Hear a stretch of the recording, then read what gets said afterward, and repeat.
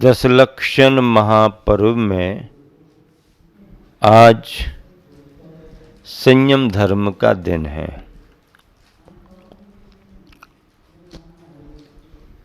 संयम का अर्थ है समीचीन रूपेण सम्यक यमः संयमः, जो समीचीन रूप से नियंत्रित प्रवृत्ति की जाती है उसका नाम संयम है। ये संयम तुम्हारे उठने बैठने में, बोलने बताने में, खाने पीने में, चलने फिरने में, विचारों में भी प्रवृत्ति यद्वा तद्वा नहीं होनी चाहिए, तो विचार चिंतन भी हमारा यद्वा तद्वा नहीं होना चाहिए।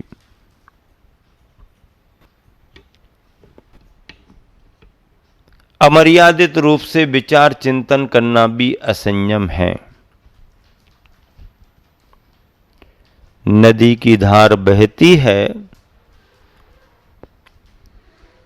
तो लंबा लक्ष्य पाने के लिए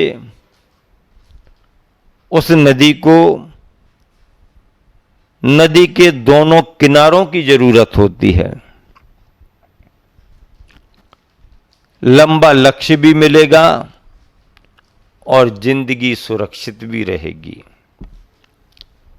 ठीक ऐसे ही अपने जीवन की धार को लंबे लक्ष्य तक पहुंचाने के लिए और उस जीवन की धार को सुरक्षित रखने के लिए संयम की जरूरत है। कूल किनारे नियंत्रण की जरूरत है।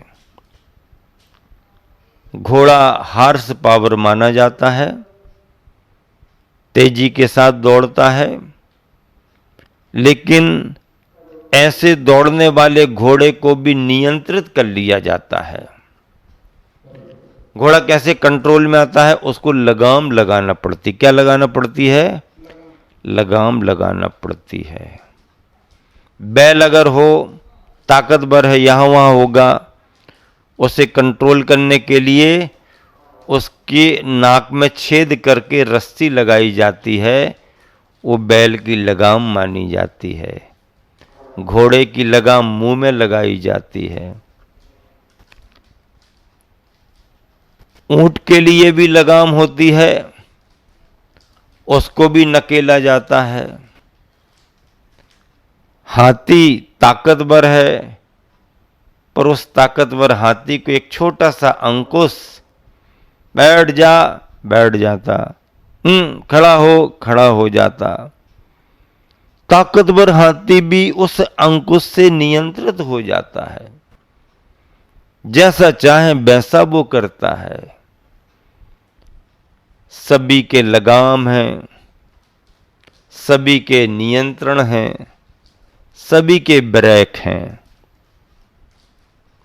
पर ये मनुष्य एक ऐसा प्राणी है कि जिसने अपने जीवन में कोई भी लगाम नहीं रखी, कोई नियंत्रण पसंद ही नहीं करता। जब चाहे, जैसा चाहे, जितना चाहे, मन माना, सोना उठना बैठना, खाना पीना, बोलना बताना, लड़ना झगड़ना, पूर्ण स्वतंत्रता।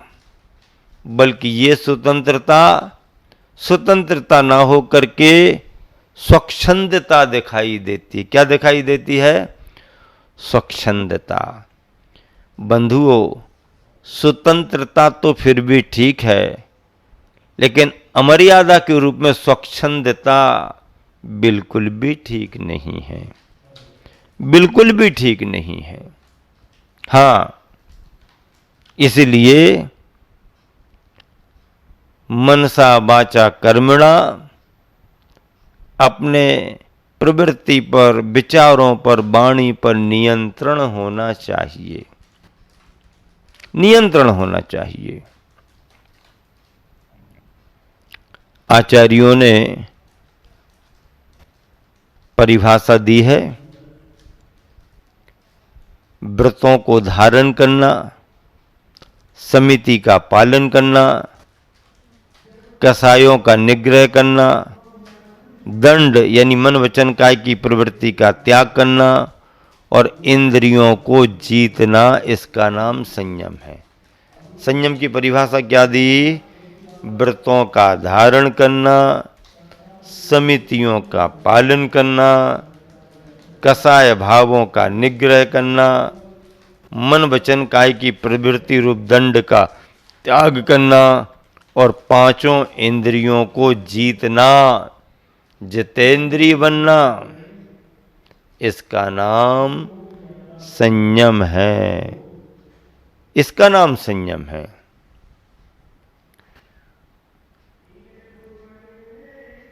छोटे छोटे खेल खेले जाते हैं तो उनकी भी नियमावली होती है। क्या? कबड्डी खेलो, उसकी नियमावली है। खो खो खेलो, उसकी नियमावली है। फुटबॉल खेलो, उसकी नियमावली। वॉलीबॉल खेलो, उसकी नियमावली। कैरम खेलो, उसकी नियमावली है। क्रिकेट खेलो, उसकी नियमावली। ओलंपिक में जितने भी गेम होते हैं, खेल होते हैं, सबकी नियमावली सुनिश्चित है। उन नियमों के अनुसार ही आपको खेल खेलना होगा। लेकिन इस मनुष्य ने अपनी जिंदगी का खेल खेलने के लिए कोई भी नियमावली नहीं बनाई। कोई भी नियमावली नहीं है। कोई भी नियमावली। पांचों इंद्रियों के विषयों में पूर्ण स्वतंत्रता है। मन पर कोई नियंत्रण नहीं है। फिर जीवन कैसे तुम्हारा संभलेगा? कैसे संभलेगा? विचार तो करो। असंयम के साथ तुम्हारा जीवन कब तक सुरक्षित रहेगा? इसलिए संयम का पालन करना। संयम में व्रत आते हैं, संयम में समिति आती है, संयम में कसायों का निग्रह आता है, संयम में दंडों का त्याग आता है, संयम में इंद्रियों का जीतना भी आता है। जब महावीर भगवान राजकुमार के रूप में घर में थे, उनके मन में वैराग्य भाव आया। जगत और जीवन के रहस्य को वो समझ रहे थे। किसी एक दिन उन्होंने अपने भाव घर में प्रकट किए कि अब मैं इस राजधानी में, इस राजमहल में नहीं रहूंगा। आत्म साधना के लिए मैं वन में जाऊंगा। माता पिता व्यथित हो गए, उनका मन दुखी हो गया। माता पिता के विवाह करने की कल्पनाएं, भावनाएं मुरझाने लगीं। दुखी होकर के मां ने कहा कि बेटा, तुम्हें महलों में क्या दुख है, बताओ। अगर आप बताओगे तो उसकी हम पूर्ति कर देंगे। किसी तरह का दुख नहीं रहेगा तुम्हारे लिए, सारे सुखें यहीं पर रहो।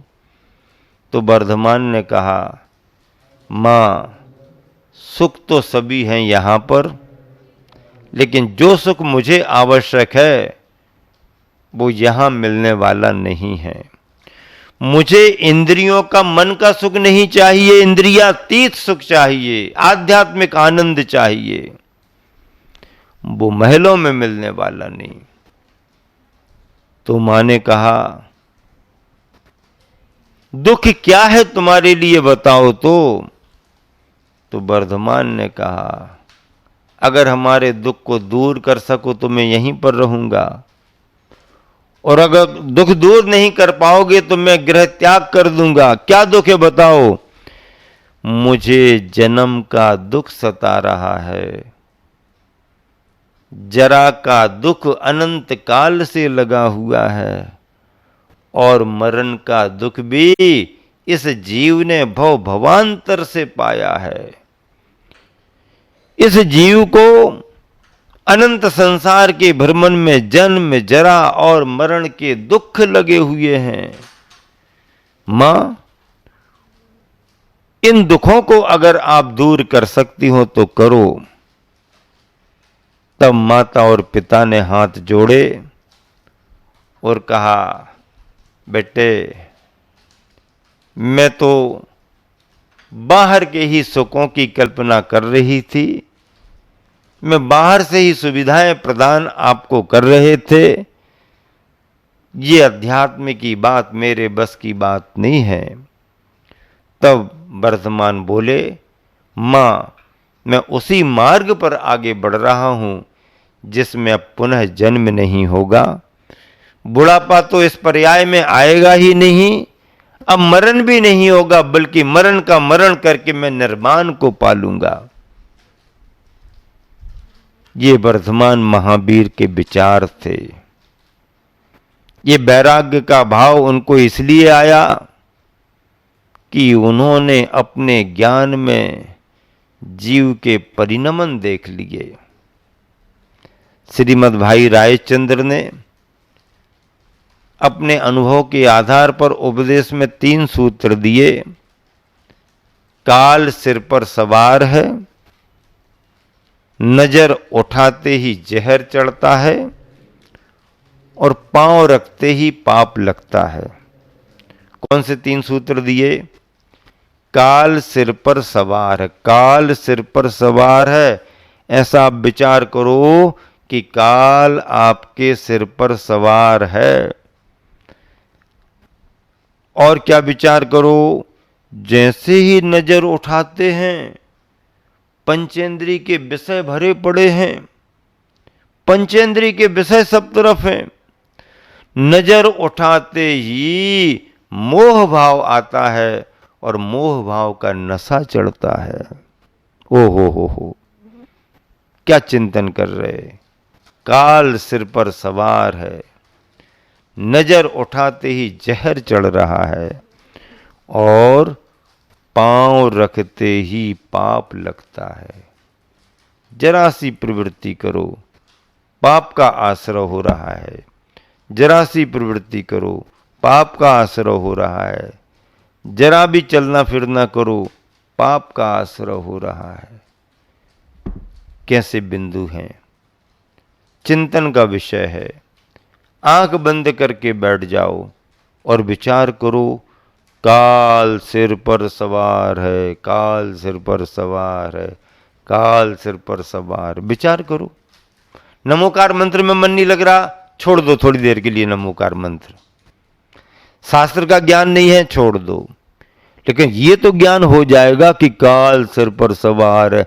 अरे लेकिन ये मोही प्राणी दूसरों की समस्याएं देख करके दूसरे की समस्या मानता, अपने को निश्चिंत मानता है। हमारे ऊपर नहीं, वो तो उनके ऊपर है। नहीं, काल सिर पर सवार है, नजर उठाते ही जहर चढ़ता है और पांव रखते ही पाप लगता, पाप लगता, पाप लगता है।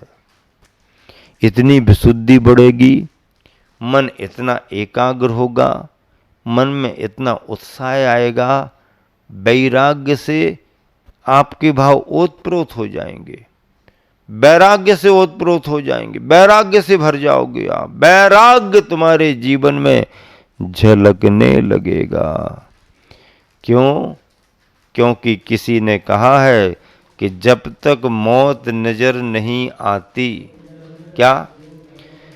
जब तक मौत नजर नहीं आती तब तक जिंदगी राह पर नहीं आती। जब तक मौत नजर नहीं आती तब तक जिंदगी राह पर नहीं आती। इसलिए संयम के धर्म को समझो और असंयम से बचो।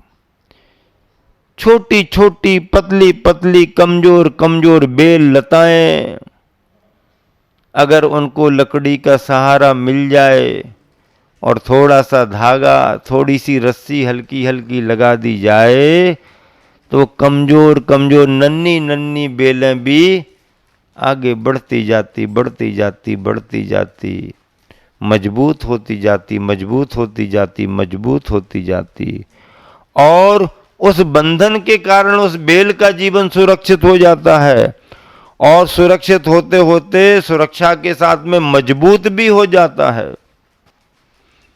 कमजोर कमजोर बेलों में भारी भरकम वजनदार कद्दू भी आ जाते हैं, पपीते भी आ जाते हैं, वो सबको झेल लेती, सबको सहन कर लेती है।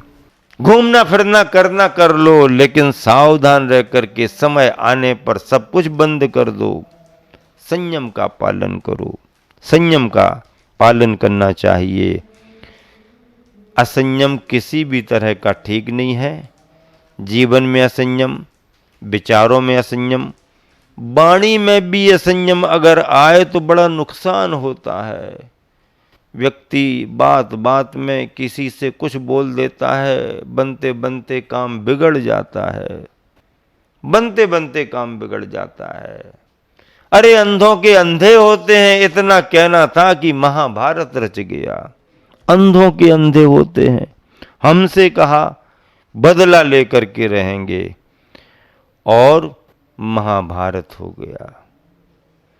जरा जरा सी बातों में झगड़े खड़े हो, एक देश दूसरे देश से लड़ रहा है, युद्ध हो रहे हैं, इन्होंने ये कहा, उन्होंने ये कहा, उन्होंने वो कहा, लड़ाई झगड़े में लगे हुए हैं। भारत शांति प्रिय देश है, भारत शांति प्रिय देश है। भारत के पानी में बानी में शांति का संदेश है। और फिर जैन परंपरा तो सुबह शाम मंदिर में शांति के नाम का घंटा बजाता रहता है। जैन समाज पूजा पाठ में विश्व शांति की कामना करता रहता है। इसलिए बंधुओं, अपने विचारों पर, अपनी वाणी पर और अपने व्यवहार में नियंत्रण होना चाहिए। यही तुम्हारा व्यवहारिक संयम है। और आत्मगत परिणामों को लेकर के जो आत्मा का शुद्धिकरण होता है, और उस शुद्धिकरण के लिए जो साधना और जो संयम पाला जाता है, वह हमारा आध्यात्मिक संयम है। आपका व्यवहार का संयम पले और परिणामजन्य आध्यात्मिक संयम भी पले, इसी शुभ भावना से विराम देता हूँ।